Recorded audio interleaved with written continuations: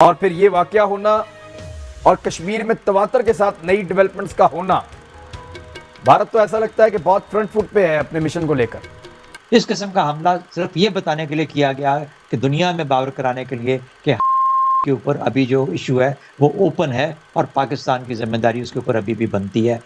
India की तरफ से या किसी जिसने भी हमला किया, मेरी नज़र में इसकी ये 3-4 मुख्तलिफ जो होते हैं जिसमें इसका असर आ रहा है।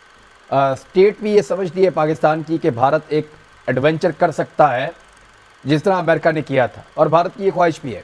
हम दोबारा एक ऐसी सिचुएशन में जाते हुए दिखाई दे रहे हैं जिसमें से हम बहुत मुश्किल से निकले थे और अपने आप।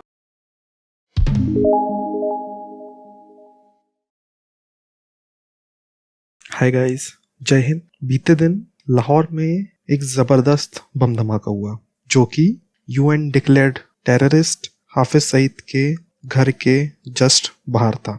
इस हमले को भारत और भारत की खुफिया एजेंसी रॉ के साथ जोड़कर शुरुआत में तो पाकिस्तानी खुशी मना रहे थे कि इसके पीछे का हमला नाकाम रहा और दुनिया की नज़रों में जेल में, लेकिन असल में अपने घर में ऐशो आराम से रह रहा हाफिज सईद इस हमले में बच गया। लेकिन जैसे जैसे पत्ते खुल रहे हैं, पाकिस्तानियों के तोते भी उड़ने लगे हैं।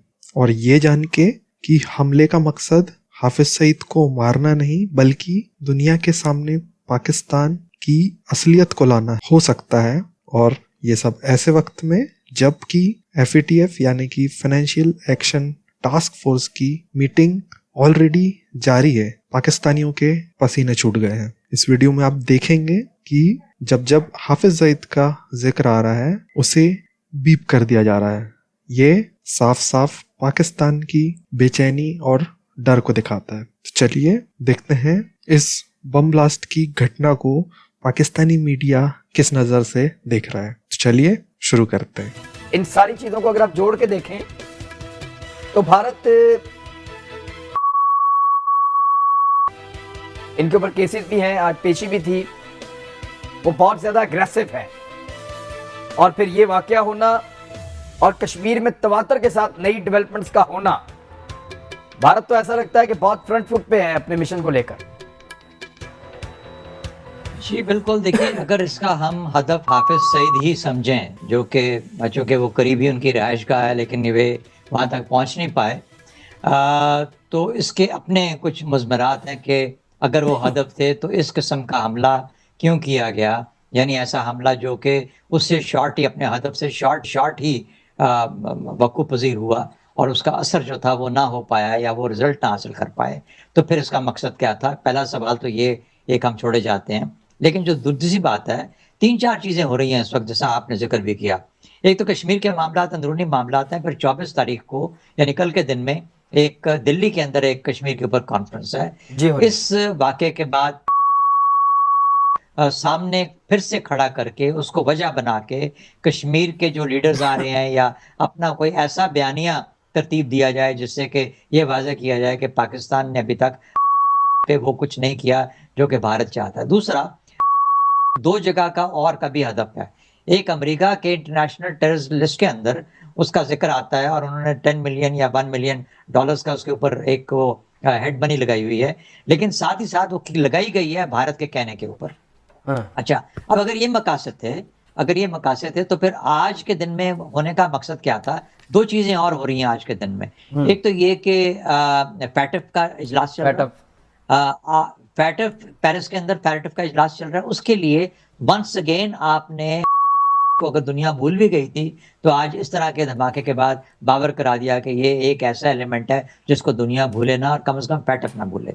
दूसरा, अफगानिस्तान के सदर अशरफ गनी और वाइस प्रेसिडेंट अब्दुल्ला अमेरिका जा रहे हैं, वाशिंगटन जा रहे हैं प्रेसिडेंट बाइडेन से मिलने के लिए।